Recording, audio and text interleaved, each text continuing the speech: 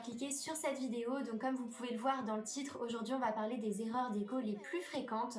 Donc habituellement dans mes vidéos, je vous donne des conseils décoration, donc par exemple pour aménager un petit espace, pour rendre une pièce plus chaleureuse. Et là ce qui est drôle, c'est qu'on va traiter un petit peu les choses à l'inverse et que je vais vous parler des choses à ne pas faire. Donc aujourd'hui je vais vous donner les 10 erreurs les plus fréquentes dans le processus de décoration. La première erreur, c'est de ne pas préparer suffisamment son projet et c'est bien dommage puisque lorsque vous aménagez dans une nouvelle maison, que vous décorez un appartement ou que vous réaménagez une pièce, c'est quand même un projet important où il faut s'investir un minimum. Donc on évite d'aller faire les boutiques à l'aveuglette comme si on allait pour acheter un t-shirt et on prépare bien son projet. Moi j'entends souvent des gens qui sont perdus, qui sont frustrés et qui stagnent complètement dans la décoration et je pense que c'est surtout parce qu'ils font pas les choses dans l'ordre. Alors soit on oublie de prendre les mesures et dans ce cas c'est hyper dommage parce qu'on perd un temps fou en magasin, ou alors on craque sur un canapé et lorsqu'il est livré on se rend compte qu'il est beaucoup trop gros pour notre espace, ou alors on achète un truc qui encore une fois n'est pas de la bonne taille et qui ne passera pas à la porte. Ce qui arrive souvent aussi, c'est que vous oubliez de fixer un budget, donc à moins d'avoir un budget illimité, c'est quand même primordial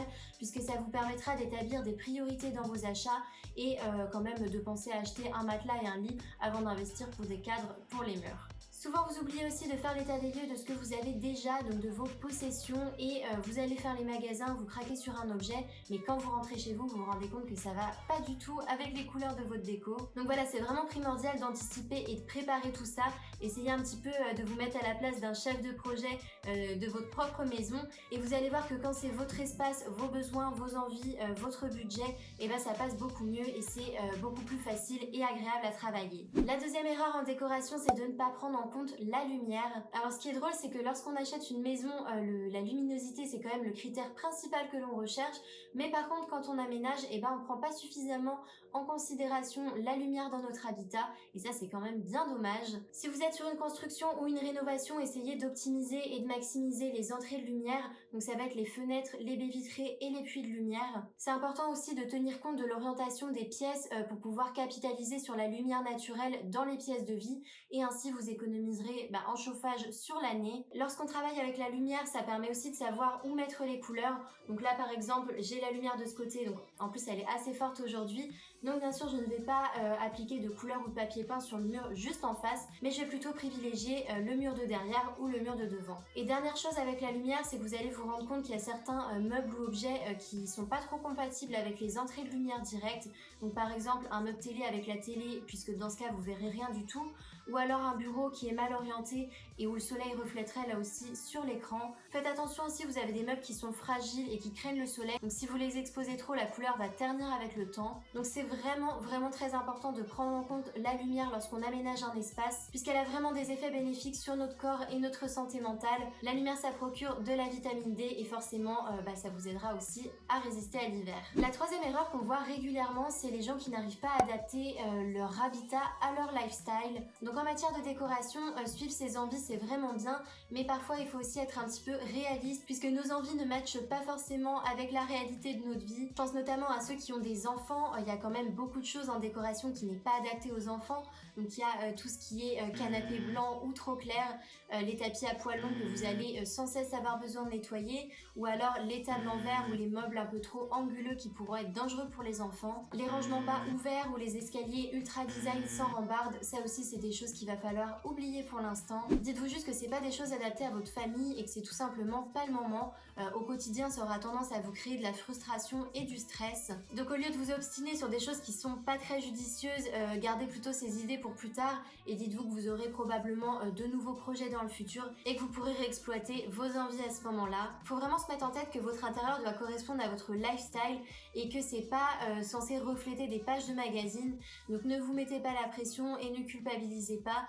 Une maison sa vie, ça doit vivre avec ses habitants et il vaut mieux un habitat dans lequel vous êtes à l'aise et serein au quotidien plutôt qu'une décoration qui va être tirée à quatre épingles mais où vous allez vous sentir frustré tout le temps. La quatrième erreur que je vois tout le temps en décoration, c'est les personnes qui suivent constamment les tendances à la lettre et ça je trouve ça un petit peu agaçant. Alors je vous apprends rien, on est vraiment harassé de nouveaux contenus sur les réseaux sociaux à longueur de journée. Il y a toujours des nouveaux objets, des nouvelles couleurs, des nouvelles formes qui apparaissent, ça nous fait envie et c'est frustrant, mais c'est vraiment essentiel de vous rappeler le mécanisme d'une tendance. La tendance c'est quelque chose qui naît d'un besoin ou d'un comportement sociologique de masse, et ce concept-là va être transformé en produit, donc soit par les artistes, les créateurs ou les distributeurs. Honnêtement, je trouve ça assez désolant de voir tout le temps la même chose sur les réseaux sociaux, donc je pense surtout à Instagram et Pinterest. En général, quand il y a une tendance qui émerge, on se rend compte que tout le monde a le même objet de déco dans son habitat.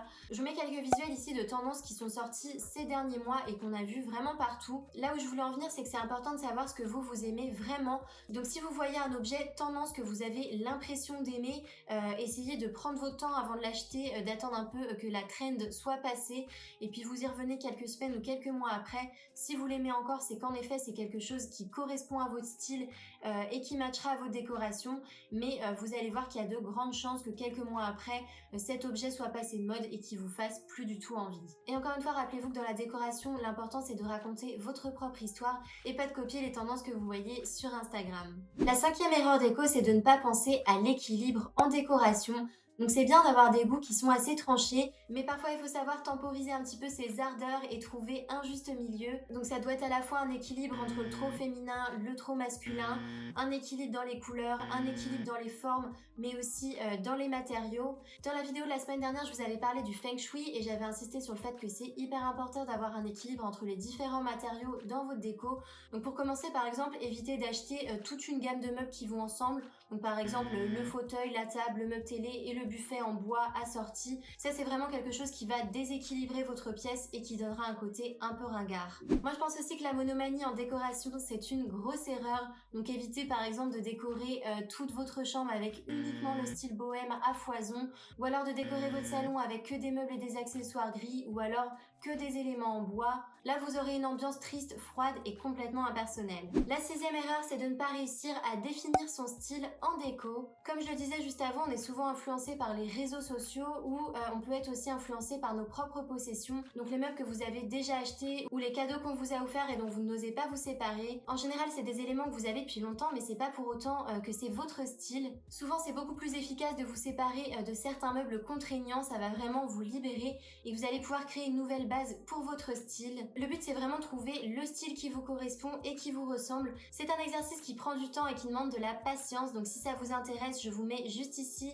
le lien d'une vidéo que j'ai écrite à ce sujet-là. La septième erreur que vous faites le plus, c'est de négliger les rangements. Donc que vous soyez sur une construction neuve, sur une rénovation ou que vous aménagiez en location dans un appart, c'est hyper important de prendre en considération les espaces de rangement dès le début. Donc dans une construction ou une rénovation, il va vraiment falloir inclure dans les plans des placards intégrés ou alors des solutions astucieuses pour optimiser les recoins de votre habitat. C'est aussi le cas lorsque vous êtes en location et que vous visitez un nouveau bien pour aménager, parce que le fait de prendre en considération les espaces de rangement, ça vous aidera à savoir si l'habitat est suffisamment grand pour vous. Je vais citer l'exemple d'une chambre par exemple qui ferait entre 12 et 13 mètres carrés et où il n'y aurait pas de placard intégré. Si vous avez un lit de 160 cm de large, vous rendrez vite compte qu'en fait il y aura très peu de place pour circuler autour et que vous serez rapidement à l'étroit. C'est essentiel d'anticiper tout ce qui est attrait au rangement, puisque ça vous permettra de profiter de la fluidité des espaces sans avoir besoin de mettre une grosse commode au milieu puisque vous n'aviez pas de rangement ailleurs. Suffisamment de rangement, c'est aussi moins de désordre et donc plus de zénitude. La huitième erreur, c'est de négliger les zones de passage dans votre habitat.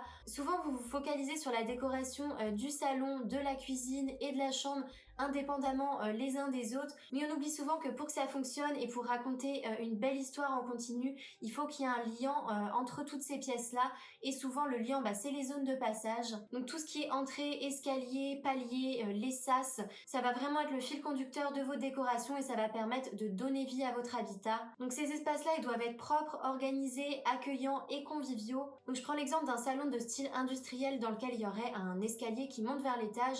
Je vous conseille vraiment de créer une continuité continuité dans cet escalier, donc pourquoi pas avec une rambarde en métal un petit peu minimaliste, ou alors des suspensions en métal noir juste au-dessus des marches, ou alors des contre-marches peints en noir. Dans l'entrée, qui est une pièce souvent délaissée et qui manque de chaleur, n'hésitez pas à apporter quelques éléments colorés et puis des éléments de déco familiale, donc comme par exemple un gallery wall avec des photos de famille. Si votre entrée donne sur la cuisine, ce que vous pouvez faire aussi, c'est de créer une continuité à travers un matériau ou une couleur.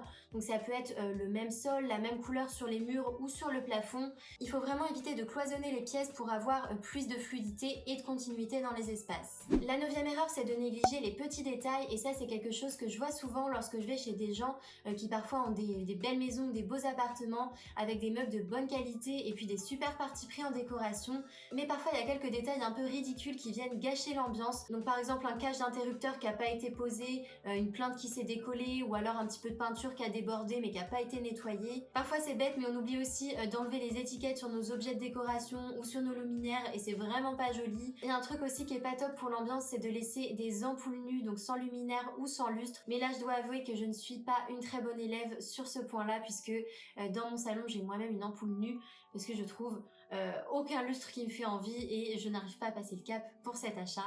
Donc bon, comme quoi, ça peut arriver à tout le monde. La 10e et dernière erreur en décoration, c'est de ne pas s'écouter. C'est hyper fréquent en fait, je m'en suis rendu compte dans les échanges que j'ai avec vous. Il y a certaines personnes qui sont en doute permanent, qui sont tout le temps en train de se poser la question: est-ce que je devrais acheter tel fauteuil ou tel fauteuil, est-ce que je devrais peindre mon mur en bleu nuit ou en bleu moyen. Donc c'est sûr que c'est important de réfléchir et de demander l'avis aux personnes qui ont les mêmes goûts.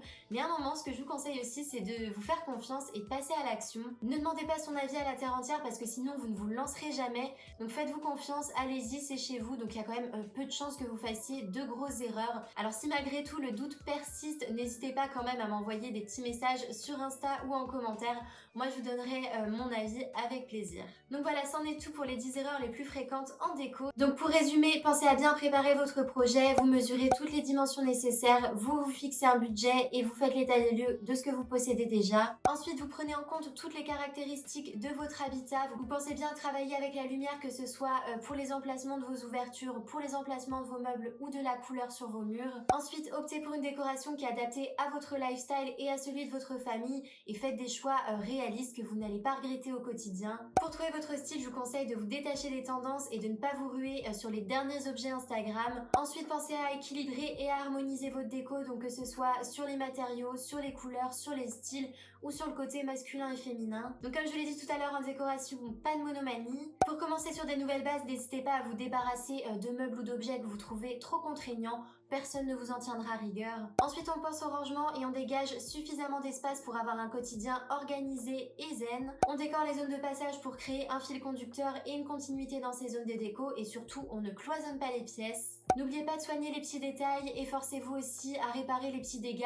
et puis à finaliser les travaux un petit peu relous, mais ça donnera un côté beaucoup plus fini à votre déco. Et puis dernier point qui est sûrement le plus important, c'est de s'écouter et de se faire confiance dans ses choix en décoration. J'espère que cette thématique vous a plu. Si en tout cas vous êtes reconnu dans certaines de ces erreurs, n'hésitez pas à m'en parler en commentaire. Moi, pour être honnête, je dois avouer que j'ai réalisé pas mal de ces erreurs, mais maintenant c'est des choses dont j'ai pris conscience et je m'en suis totalement libérée dans mes nouveaux projets. Donc on se retrouve la semaine prochaine pour une nouvelle vidéo, et si vous ne me suivez pas encore sur Ninon Petra Studio, je vous invite à cliquer sur le bouton rouge et activer la petite cloche pour les notifs. Je vous remercie aussi pour tous vos abonnements récents et tous les gentils commentaires que vous me laissez, ça me fait très plaisir. Donc on se retrouve la semaine prochaine pour une nouvelle vidéo et je vous souhaite de passer une bonne semaine. À bientôt!